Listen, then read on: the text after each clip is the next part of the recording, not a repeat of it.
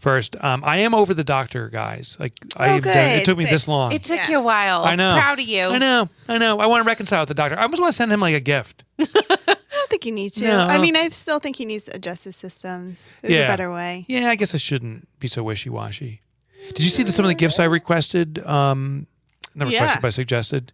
Did you like that one for the guy, Marcus, the West Virginia the West sign? Virginia, yeah. Yeah, I want to. So this guy I met through Michael Port. Yes. I got to be real careful about this prejudgment thing. This guy comes in and he's with his wife and he starts talking. I'm like, oh, here goes this guy. He's just going to be full of himself. I just had that vibe. Then ended up just by confluence of events. We're sitting next to each other on the boat. We start talking. I'm like, this is the nicest human being I've ever met. He's so cool. And ends up going to the rival university. Our schools played each other. He's really into football, so we started talking about that and how his school's horrible. And he said how my school's horrible. It was great. It was great. The insults flew. And ends up being the most genuine, nice guy. He ends the thing. He's a professional speaker and so forth. He goes, I've never sold from the stage. And I said, why not? I haven't either, really. And he goes, because I don't want to manipulate anyone. He's like, I am hired to perform. And I don't want to ever make people feel obligated to buy from me. And that's why I don't do it. He goes, I know I'm losing on a lot of financial opportunity, but I have to do that. And that's when I fell in love with him. Yeah, I was like, this guy's awesome. Yeah. And that's when I fell in love with the Profit First podcast. Oh, the big one, episode 163. Oh. Yes! Solo grunter. There we go. Welcome, everyone, to the Profit First podcast. I am your co-host, Christina Bolduc. And I am the host, Mike Michalowicz. I'm the author of Profit First. Also, Surge, new book coming out. Got other ones in the queue. Just tons of stuff coming. And I'm joined in the studio by the co-host to the co-host to the host, Kelsey Ayers. Hey, everybody.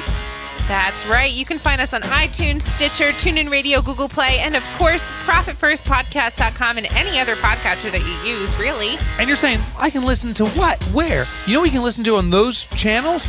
The Profit First Podcast. This is a show that we dedicate to profitability. Yeah. I dare, I say we talk about every angle of profitability.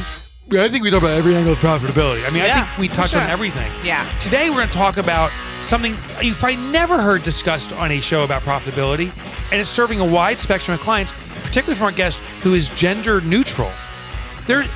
If you're not gender neutral, and I assume you're not, because not many people that listen to the show have reported that they are. I don't know. But I know it's a massive opportunity in the market. Yeah. You have to understand this market. Well, this young friend of mine, Kyle, introduced me to gender neutrality and how to address this community and how to relate to it.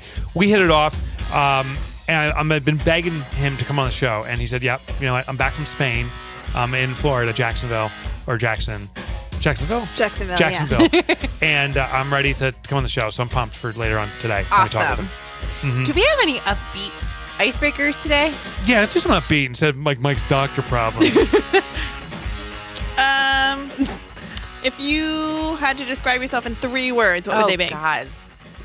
Oh. Does it have to be a sentence or can it just be like 3 Yeah. individual words? Okay. Yeah. Happy being alive. Boom. You made a sentence out of it. You did. Well, that's the 3 words. I would say like 3 adjectives. Sorry. About you. He's like, well, that just made it harder. Happy, appreciative, content with being alive. Yeah. What's yours there, Chief? I don't know. Okay, you're up, Christina. She needs time to process. I learned this yesterday about her. Oh, gosh. I don't know. Getting better. Considerate. Yes. Warm. Loving, I guess. Oh, I like that one. That was a very weak one. Loving. Because I feel like they're all kind loving, of the same thing, but I find myself lately just being very like embracing of the people around me. Yeah. So I'm going to stick with that. I consider matriarchal, and I mean that as such a powerful. Yeah. Thank you. Yeah. You have that. You have a wisdom and intelligence beyond your years, and you express it in a loving way. Thank you. Yeah, it's Love very that. true. I'm a slow processor. Mm-hmm. That's 3 words right there. So that's 4. That's 4. Here we go. And we're good. Wait, how do you have 4 words? Oh, I'm A. There you go. Yeah. That's even more slow processing. Case in point. Yeah. Happy? Totally. Optimistic. Totally. Yes. Yeah. And slow processor. No, and I would say embracing. Like, you care so much about other people. That's very true. Yeah. So this is a funny thing I thought about you. I've never shared this. you're so caring about other people. I'm like, oh my God, you're the perfect person. Like you always put others and everything that you see above yourself. And I'm like, to me, that is so remarkable. So I see that in you, but then I put you up on this pedestal, and then anytime like you're not the perfect person, like really, like once I was talking to you, I'm like, in my head, I'm like, well, the perfect person probably doesn't drink. I'm like, you're like, oh, I do whiskey shots of Fireball. I've done that. I'm like, really? But you're the perfect person. Who are you? So anytime you do something, Nobody is perfect. Anytime you do something human, I'm like, that can't be Kelsey. So I'm sorry, but I put you way up there. Well, that's very sweet. Yeah. And also awful. I know, right? That's what I'm thinking. Okay, that He's was very thoughtful today. Thank you, Mike. With the shout out hotline. Yeah, you want to talk about actually, it? I do. So, I have shootout two. Oh my God, A shootout. I can't speak today. I got a shootout the tool. What language was that? Oh God! But last week you said a word impressible or something. Impressible. And it's a word. It's a synonym of impressionable. So I feel quite smart right now. You're extremely intelligent. Anyway, so I have two shout outs. One is a community shout out. This is to Stuart Hobden. He goes, I am a seasoned accountant and financial advisor up here in Canada, for the last 30 plus years. I've literally read thousands of books from selling, marketing, accounting, you name it, he's read it. Your book, Profit First, is worthy of an Oscar. The book, I have to say, is extremely well written, speaks from the heart, and the pearls of wisdom are simply abundant. Oh, Stuart, Speaks thank very you. highly of you. Thank you so much. Yeah. I don't know if books can win Oscars. But yours did. Your podcast. My podcast also did, won. yeah. There you go. Yeah, so I did this podcast with American Express, The Turning Points, and thanks for pointing out. It's won the Oscars, it's won the Emmys, and with the Grammys. Yeah. And also, it's up for the Country Music Awards. Wow. Is Wowzers. it? Yeah. That's impressive. Yeah. So just real quick, I want to shout out to one of our new members, Lori Gregg. She's over in Australia. So she joined us, our organization, and after a week of starting Profit First, implementing it in her business, she accidentally landed her very first e-crop client, and she says that her membership's already paying for herself. That's awesome. So congratulations, Lori. Welcome to the family. Yeah, welcome. An e-crop is an evaluation, consultation. It's an acronym for helping businesses, perhaps yours, in implementing Profit First, but also looking down the path, usually 4 to 8 quarters out, and implementing a process to ensure profitability that is perpetually there. So that's awesome.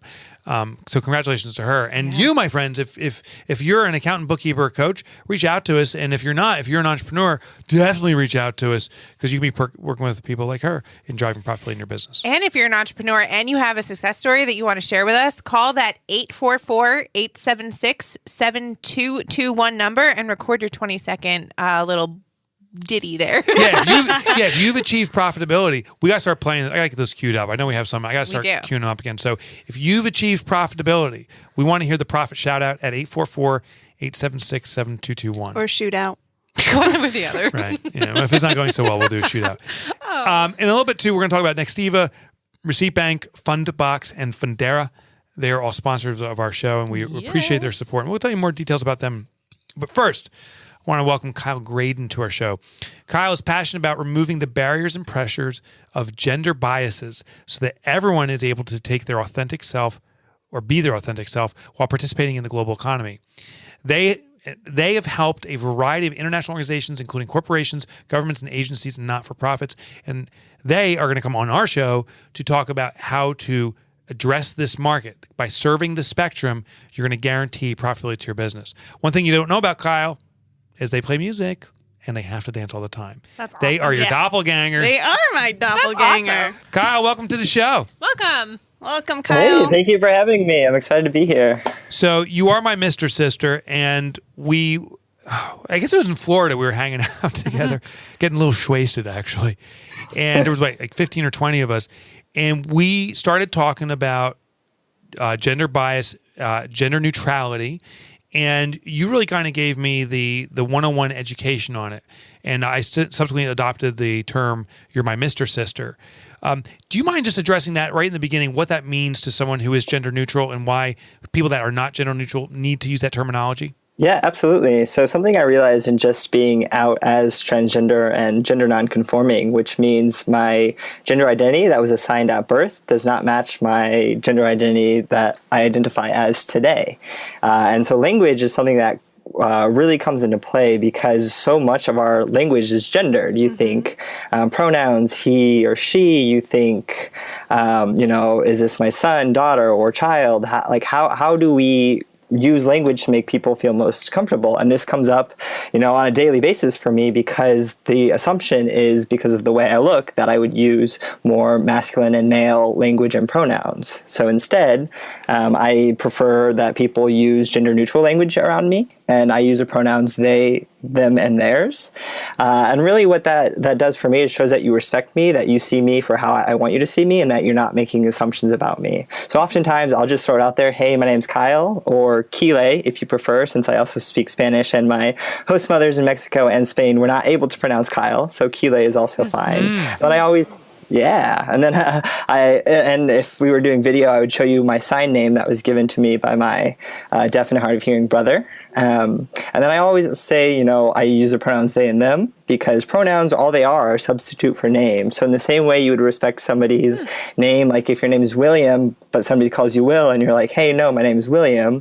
Or if your name's David, and someone's like, hey, David, and you're like, actually, it's David. It's that same amount of respect that you would apply to addressing someone by name that you would to address them by their pronouns or by their, endearments. Like instead of hey, sir, hey, ma'am, you could say like, hey, folks, instead. And so what the example you were talking about, Mr. Sister, since it was a new concept and remembering to use neutral language is something that can be difficult, you and I had the conversation where we negotiated like, hey, how are we going to communicate with each other, and how can I address you in a way that you're going to be comfortable with, that's also going to be easy for you. So you suggested Mr. Sister, and for me, I thought that was great because it shows that you recognize that I have gender fluidity. And it's fun. So we had the conversation, so we're getting to know each other better. And now you don't have to be worried about using the wrong language or messing up or whatever, because we found a common way that we can identify ourselves to each other. Yeah, because, when I use the word them or they, I think of plural. So I think there's multiple people I'm physically seeing in front of myself. But when Kyle and I are talking and I said, Mr. Sister, I'm like, that, to me, it's a rhyming word, so it's easy to remember. But now I can see a singular person. Yeah. Yeah. So that made it easy for me. But also, Kyle, I got to acknowledge your acceptance of that. Like, you said, yeah, that's a cool way of communicating, that it resonated with you. I could see some people getting kind of staunch and saying, no, you call me David or nothing else. Right. And you had that fluidness in accepting a different term. Is that normal in most communities?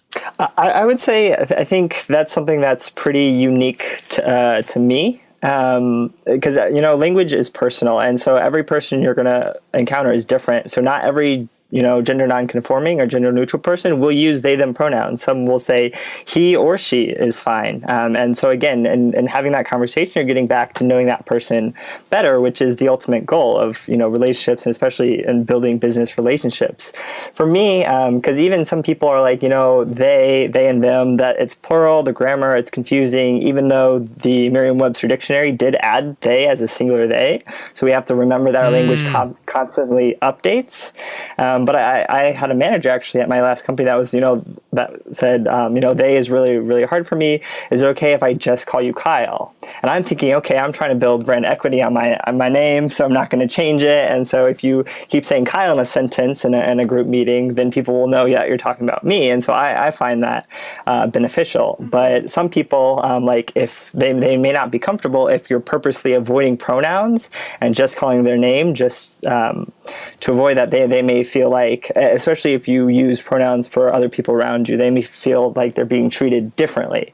And the idea is to treat everyone with the same amount of respect that we know and that we've learned, just to something that we may not understand. And it's okay if you don't understand someone's gender identity or other facet of identity identity, it doesn't mean that it's invalid, though. You just have to figure out a way to use the tools that we have, language and whatnot, to facilitate a better conversation and come to that understanding. And the example that you use on the beginning of this podcast, like your first impression of that person was different than the reality after you got to know them. It's the same thing. Maybe the first impression could be like, oh, I don't know how this person identify. I'm scared, whatever. And then after you talk about it more, you're like, oh yeah, can I call you my Mr. Sister? Yeah, that's great. Right. Right. You build a little bit of rapport, and you rapport and explore. And Kyle, that's pretty good, right? Yeah, Another rhyme, right? Yeah. So Kyle and I were hanging out. There's a party that breaks loose. Bailey is cooking up some amazing Mexican food. There's guacamole being served, margaritas prepared by someone that really knows how to make a good margarita. And I don't know, there's like 10 or 15 of us. And Kyle, we're all talking stuff. And then you look at me and say, Mike, businesses could be 1,000,000 times more profitable if they understood there's a spectrum of customers out there. Mm-hmm. It's not just businesses shouldn't just look for copies of themselves out there. They should look at the entire spectrum. What did you mean by the spectrum? That is an excellent question. So first of all, we have to think when we're talking about business relationships, who are we talking about? In a business to customer relationship, you have the customer who has their own identity, their own realm of experience, but then also in the business, you have each person that is either building a product or service for the customer or that is interacting with the customer. And so when I say spectrum, what I'm really talking about, because that word can be applied to, the autism spectrum, the sexuality spectrum, faith spectrum, or in what we're talking about today, gender spectrum, is kind of lumping all of those different facets of identity into one and building a framework to quickly think about all these facets of identity: ability, race, national origin, gender identity, sexuality, faith, personal expression, and the language as an interconnected spectrum, and really help people establish a groundwork for how to accommodate new types of diversity and new challenges that arise based on the intersectionality of these spectrums. So you especially think, younger generation are coming out more and more gender fluid and more fluid with their sexuality. There's going to be things that arise about how people identify themselves that we may not even have talked about yet. And so how do you yourself build a framework that will be inclusive to the existing identity spectrums, will also allow you to be able to expand that and apply that. And again, it's the same amount of respect with language and interactions to a growing set of people and diversity, especially when you think, because maybe I have a gender identity, but I also have a sexuality, and I also have a race, and maybe I have a disability, or I have someone in my life that I care about that has a disability, and therefore I can be an ally to that person. So what we're really talking about is, you could even just call it people's DNA, combined with their set of experiences in the world that has shaped how they view, different things or different products and services. So that's what we're really talking about when we're talking about, the spectrum. And when I say embrace the spectrum, it's saying embrace, all parts of ourselves and of others. So how do I get started as a business owner? I have a business doing whatever. I want to make it more profitable. I realize I've been offering my product to a narrow, a narrow community, whatever it is, based upon gender or sexual orientation or religion. How do I start opening it up? How do I start broadening it? Yeah, well, I would say first, embrace your own spectrum. Understand the parts of yourself that maybe you've felt a little insecure about, or that maybe you haven't shared as publicly, and figure out how you fit in to this spectrum and how that affects your experiences with the places that you go shopping. And then you can expand that to your team, have a conversation. That will help you understand your team better and how to leverage their diversity and how to leverage their experiences to make your whole company more inclusive. And it will also give you, it will bring up more questions that you'll have to ask yourself. Knowledge is power. The more that you know about a certain demographic or identity, the better you'll be able to apply what you know to those customer experiences. So it starts with yourself and then your team, and then you can go and you could even, look at customer feedback and things like that. But it is really challenging. If you even just coming out as LGBT inclusive or as not LGBT inclusive, you'll have community uproar gender on both sides. People that are LGBT will be like, okay, we don't want to shop with you. But then there also may be people that are like, hey, we don't want to accept LGBT people. So now that you're saying that you are, we don't want to help you. There also can be technical limitations. Like for me, collecting gender on forms is extremely important for me, because if you're just asking gender male or female, well, I'm not able to give the best answer. I don't exactly know what you're collecting that gender for. So it's asked the question, marketing is a big one, and I want to talk about a lot. Like, so marketers are so accustomed to using gender to target, but if you're selling something that really isn't gender or sex specific, why do you need that information? And therefore you can consider, maybe I don't want to collect it, maybe I do. If I am collecting it, I want to let the customer know why and how I'm going to use it, and I want to make sure that I'm giving enough options. And so there's questions like that'll arise. And you use that acronym LGBT. Now, Kelsey's not familiar with what that is. What is that? That's not true. I'm very familiar. Oh, Christine doesn't know what that means. I know what it is too. Is it lesbian, gay, bisexual, transvestite? Transgender. Close. Yeah, so that's actually an excellent question, and something that I have to remind myself that not everyone across the U.S. and even around the world are familiar with that acronym. Yeah. So when we say LGBT, that's more of an umbrella label for lesbian, gay, bisexual, and transgender. Oftentimes you'll see LGBTQ, LGBTQIA, which the A can be ally, it can be asexual, the I can be intersex, the Q can be queer, questioning, and you can see, like, as you dive more and more into it, it kind of feels maybe overwhelming, like, oh, there's a bunch of things I don't know. And what I try to teach individuals and companies is, first of all, don't assume. If you assume somebody's identity, that's where you're going to that's kind of where the root of the problems are. And then to let people self-identify labels. So for me, depending what context, I lie under both the T and the B, bisexual and transgender. Although if you were to ask me how I identify my sexuality, I would say pansexual, which it's similar to bisexuality, but it's more of I'm attracted to the person regardless of their gender and viewing gender as a spectrum. And for transgender, I identify myself as gender non-conforming, which means that I have a gender that's more so in the middle on the spectrum. Okay, so I'm already getting a little bit overwhelmed, right? So I'm thinking, oh my gosh, I have my community, and now there's such a greater community I was amiss with.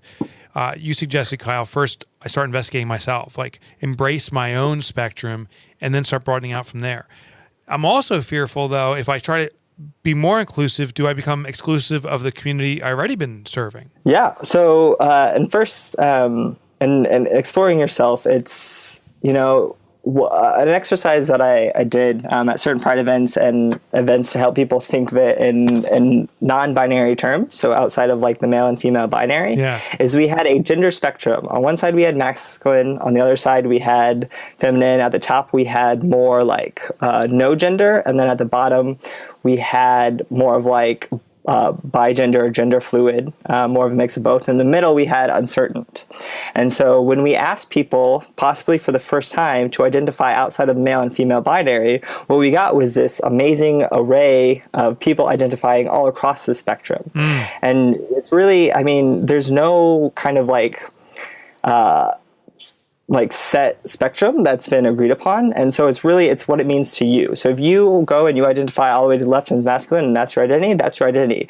But if you say, hey, maybe I'm more in the middle, but I still identify myself as male and I use he, him pronouns and masculine language, that process of self-reflection is, okay, why are you going a little bit more towards the middle? Maybe it's you like to express yourself with more femininity. Maybe it's because you feel like you're more caring and nurturing and more of the qualities that we attribute to women versus men.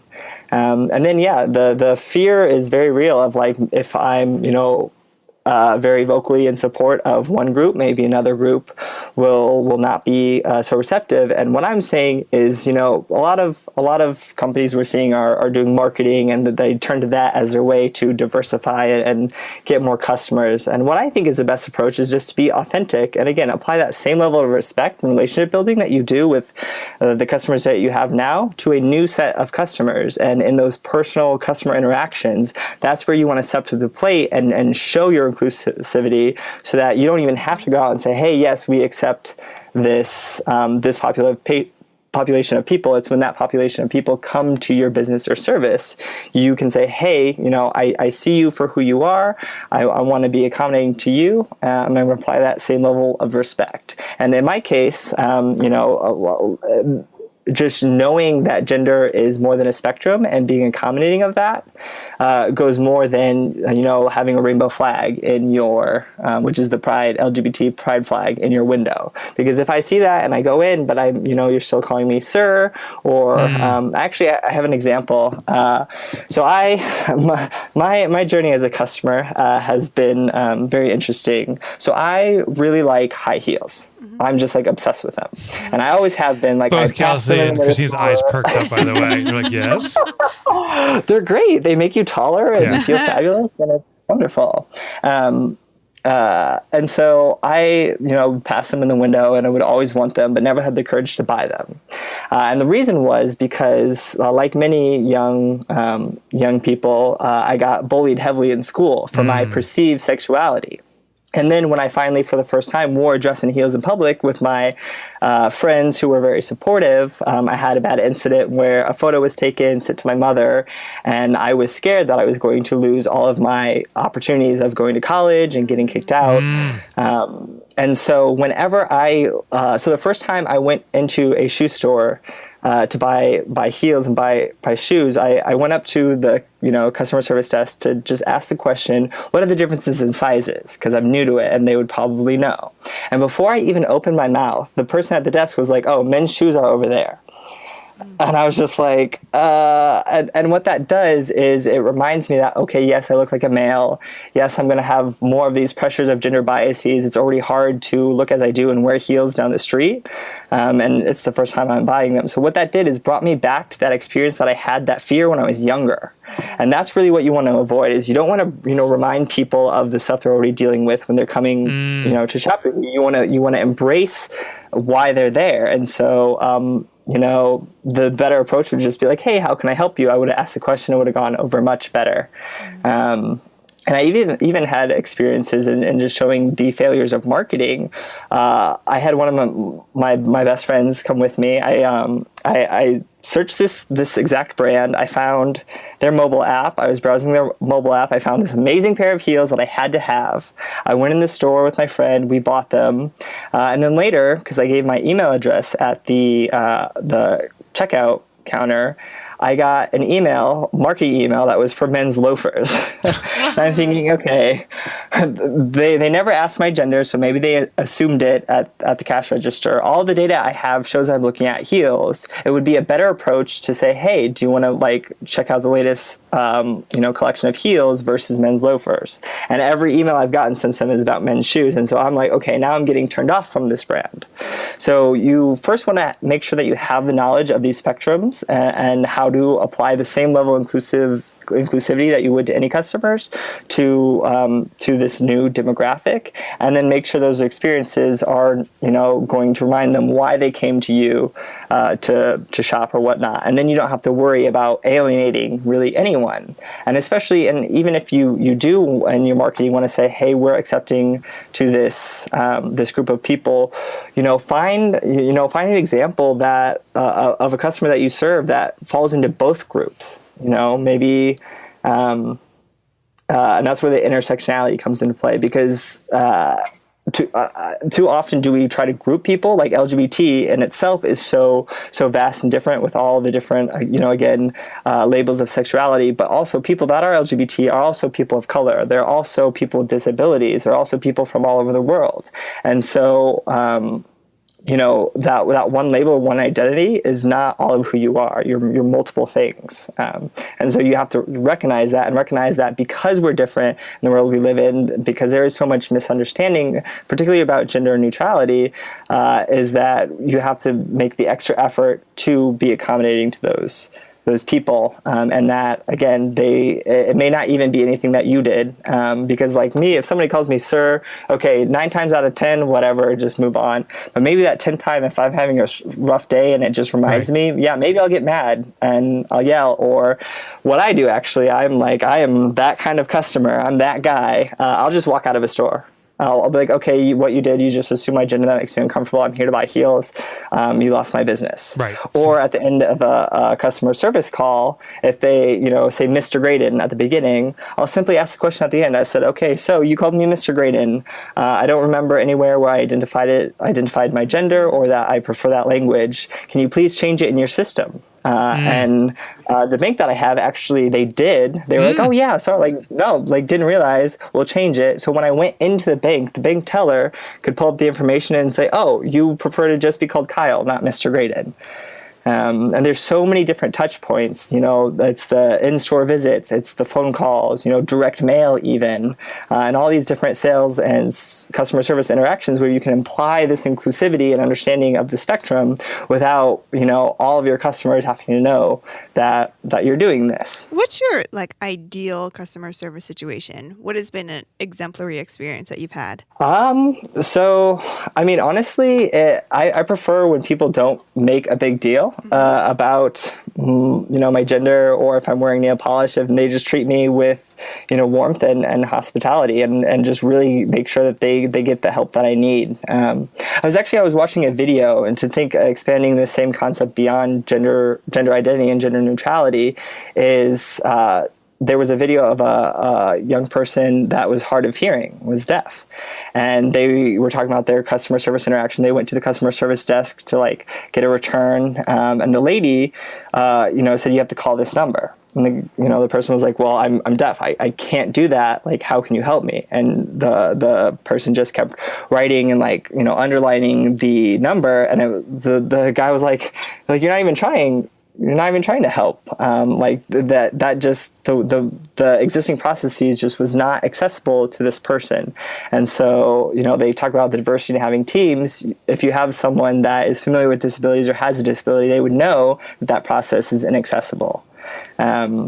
So an ideal in that situation, if that person, went above and beyond their daily duties, the process says, hey, just call this number. But since the person can't do that, finding a solution that fits for that individual customer. So whenever I have people that, they don't make assumption, they don't make it about gender when it doesn't have to be, and instead focus on kind of the task at hand and serving my needs or getting me the product that I need, is really goes a long way. I want to know about the size of the market. I have a business. I want to be as profitable as possible. Do you have any sense of how much opportunity I'm missing on by not being gender inclusive? Oh my gosh, a lot of opportunity. So with gender specifically, since gender fluidity and gender nonconforming and gender neutrality gets lumped in with sexuality as one of those others, the National Gay and Lesbian Chamber of Commerce, which is a group that represents businesses owned by lesbian, gay, bisexual, and transgender people, reported that LGBT business in the U.S. contributed to more than $1.7 trillion to the U.S. economy and created 33,000 jobs. So it is a significant market. And again, that's just LGBT. I also found numbers for people with disabilities that close to 56.7 million Americans, which is 18.7% of the U.S. population, experience some type of disability. And so, in thinking, of these customer bases, it is a huge, large market size. And part of the reason of wanting to be more inclusive and thinking about this interconnected spectrum is that you'll be able to increase your market reach. But not only that, is when customers have a better experience, they'll be more loyal. And when they do, for me, if I'm like, oh, I had a really great, customer experience shopping at a certain clothing brand, I'm going to post to Facebook and tell my friends, so that my other gender nonconforming friends know that that's a place they can go. But the reverse is true. If you have a bad experience, then everyone's going to know about that as well. And so you really want to avoid bad experiences by having the tools and the language and the knowledge. And then again, it's applying that same level of respect and serving your customers that you would anyone. My thought is, and you're changing my opinion now, is it was a either or situation. Either I'm spectrum, I serve the spectrum, and by doing that, I am going to exclude the community where I started. What I'm hearing for is I don't need to compromise the way I address or service my existing client base, but I can open up my arms to a much larger community without compromising the people I'm serving today. Is that a fair assessment? I would say absolutely. And again, it goes back to the individual. Just because they have a certain identity doesn't mean they're going to behave in a certain way. Right. And everyone has their own values when assessing both where they want to work and what values they have. Maybe being out in the workplace is important. Maybe it's not. And when I say out, I mean out as LGBT. Some people may say, hey, okay, like for me, if you've donated to an LGBT hate group, I'm not going to spend my money at your business because I know where some of the profits are going. But other than that, like if let's say I'm going down the street and I need gas, right? Okay, I have two options. Well, first I'm going to pick by price because I'm trying to save money, so I would pick the one with the cheaper price. But if I had saw a news article about the CEO of one of the companies saying something negative about my identity or about people that I care about, then I'm going to make sure I don't shop at that business. But I think, many business owners have built their businesses as they have. They have their own, things that are important to them. So I don't think that there really is a trade-off. And I think that even in how people behave and choose to shop or not shop based off of all of these various factors, and, especially in the world today, the conversations that are going on that's dividing us more, there's going to be a spectrum of people's choices and what's important to them when they make that decision to shop. That's why I say, the marketing side isn't as important. And it's more of, when you do have that customer, making sure that you're not making them feel unwelcome. For instance, like if a transgender woman comes in and you immediately are like, oh, like, I don't know what to do. I don't know how to view you. And you're like really, unsure of yourself. Well, that person's going to know that and they're going to feel uncomfortable then. Same thing if a person in a wheelchair comes into your store or into a business meeting and your reaction is like, oh, they're in a wheelchair. I don't know what to do. Then it's like, okay, you're showing that you're uncomfortable, which is good. And it's just starting that business relationship off bad.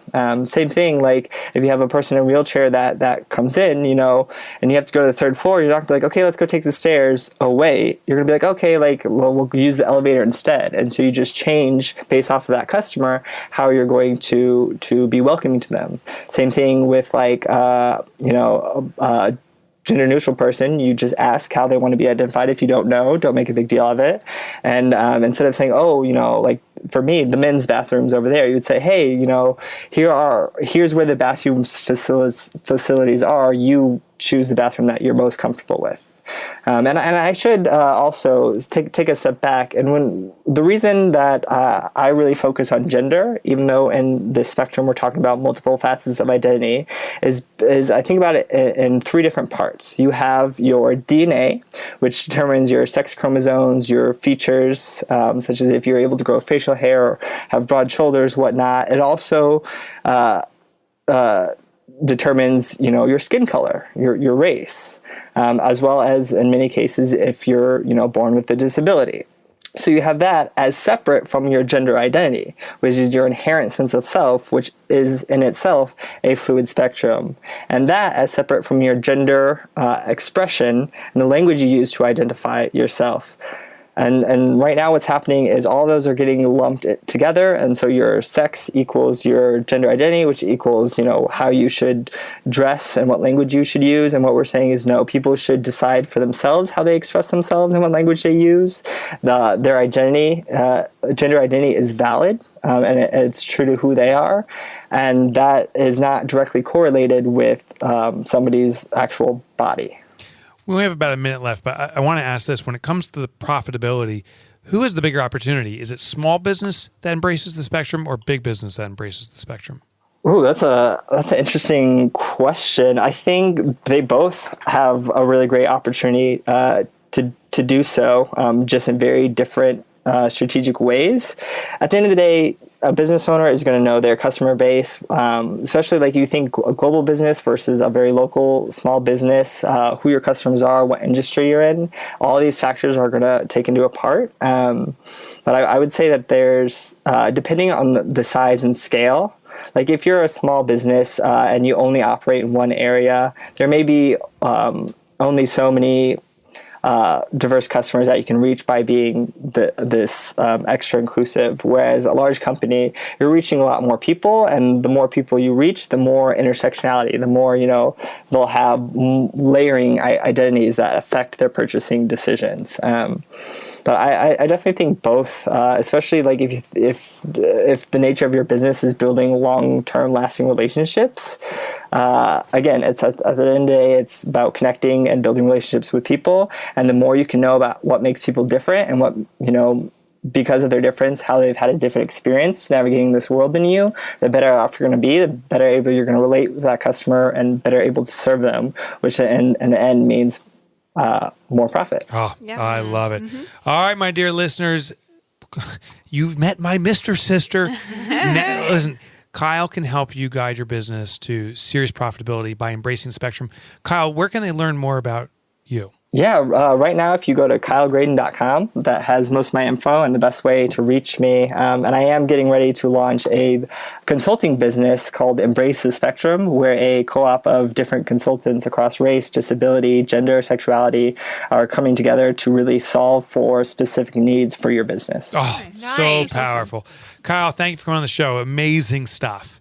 Thank you. Thanks, Kyle. Great. Thank you for having me. So bazinga. He gets a bazinga. Yeah. So here's what we're going to do. Mm-hmm. Nothing out of the ordinary, but maybe if you're a first-time listener, you're like, what do they do next? What we do is we're going to talk about what we learned from them today. And we're also going to share a little details about our sponsors to make the show a reality. And we may do what your stripper name is. Oh, we did that last week. We did that already. I'm sorry, we did that last week. Okay, so first, before we do that, Christine, would you punch me? There you go. Thank you. Okay. You're welcome. I want to thank Fundbox. Yes. You know why? Why? Because they're our sponsor, right? Why? Yeah, I know. You two should know that. And they're the best forever. They are. Now, Fundbox is a cash flow accelerator. If you have any invoices due to you, they will release the funds to you immediately. And regardless of the customer, it could be a gender fluid customer, it could be a non-gender fluid customer. It doesn't make a difference. If there's money due to you, Fundbox gets the funds to you typically within 24 hours or less. Amazing. Yeah, cash flow accelerator. Receipt Bank. Yeah, you weren't going to say them. You're like, okay, Receipt Bank. So Receipt Bank. Receipt Bank is one of those systems that is probably the ultimate automation tool. When you get that receipt, you ever go to like anywhere? You go to a restaurant, store. They give you a receipt. Sometimes they give you receipts like it's like this long. You ever go to like a CVS electronics? Is the worst. Yeah, CVS. Yeah. So it's like long. a disclaimer, like the medicine you bought will kill you. The fact that you have a receipt this long is actually destroying the planet. Like even like there's a whole section about how dangerous that receipt is. Yeah. Did you see the meme that went around with it? Yeah. Hysterical. Type in CVS receipt meme. You actually made a blog about it. Oh yeah, that's a good point. Touche. But Receipt Bank solves that. You just scan it right in. You just bling. Boom. So you know when they say, "Oh, please sign this receipt," the one you have to sign, give back to them. You say, sign it and say, "Let me take a picture of that." Ding, into Receipt Bank. You give it back and say, "Don't print anything else out. Let's not kill the paper." And by the way, it's already synced to. It's already synced to my accounting system. Yeah. And by the way, when you start having that conversation with the cashier, it gets really awkward. Like I'm like, just give me the receipt. I take a picture of it. Is it awkward or are you awkward? No, it's awkward. Like There's a pretend you're the difference. cashier. Yeah. Pretend you're the cashier. Give me the receipt. I sign. I say, wait. I take a picture, and then I look at you and say, this is syncing up with my accounting system. And you're sitting here like, I got customers to serve. Yeah. And I'm boring you. That was awkward, right? I don't think that was awkward. Oh. Well, you weren't a It cashier. was very informative. It was. Okay. Okay. Okay. Who else? Next Eva. Next Eva, of Voice over course. IP phone system. Here's the cool thing. Not only does it have a standard phone system that replaces the old school ones, it's all over the internet, it's voice over IP. It also synchronizes with your cell phone.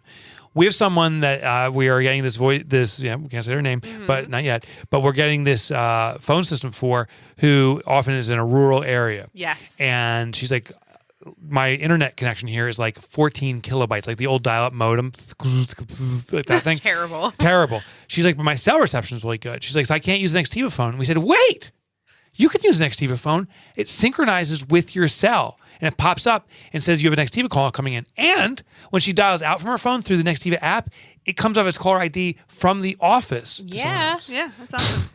Nextiva, I love you. Did I miss anyone? Fundera. One-stop shop for your loans. You need money for your business? Fundera.com. Fundera.com. Yeah, that was an awkward pause there. Fundera.com. But you go there, you tell them what you need your loan for. They shop the loan for you and come back and say, here's the options that are available right now. And they let you pick the one that's best for you. But they'll also give you some guidance on it. Okay. What'd you learn today? Oh, I got to push the button. There it is. So what'd you learn today? I like that. You used to make, oh my God, it's so horrible. Now you're like, that's cool. I still make faces. Yeah, she was cringing pretty hard. I think it sounds really good. Yeah, me too. Thank you. Especially the what's that? Vibrato. The vibrato is super nice. So what'd you learn? Okay. Who wants to go first? I'll go. Chris, okay. Who said that? Kelsey, go ahead. Okay. So my biggest takeaway was just that we had this conversation. It makes me immensely happy that we can have a dialogue around this because I think it makes space in society to define ourselves beyond gender. Yeah. And I love that. Beyond any labels, but I think that, we get into those rote definitions of who we are, who we should be, how we should act. And I think that this is the start. And like you said, they said. There you go. Boom. It's this, 1.2 trillion people as a market, that are huge. It's all market. of us, Yeah.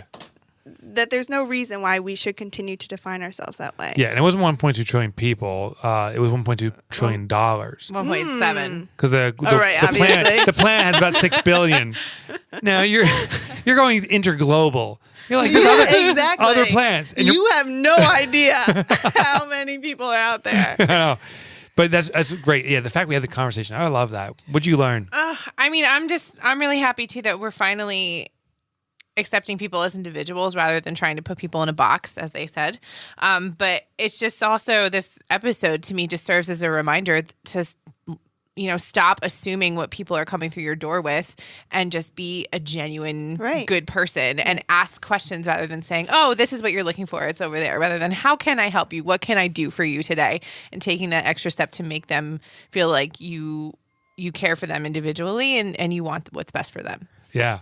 So I like the break from the binary. Yeah. I never realized how binary is until Kyle started sharing some stories. And he said that, he's moving to Spain. Mm-hmm. In Spanish, everything is male, female. It's so binary. It ends in an A or an O.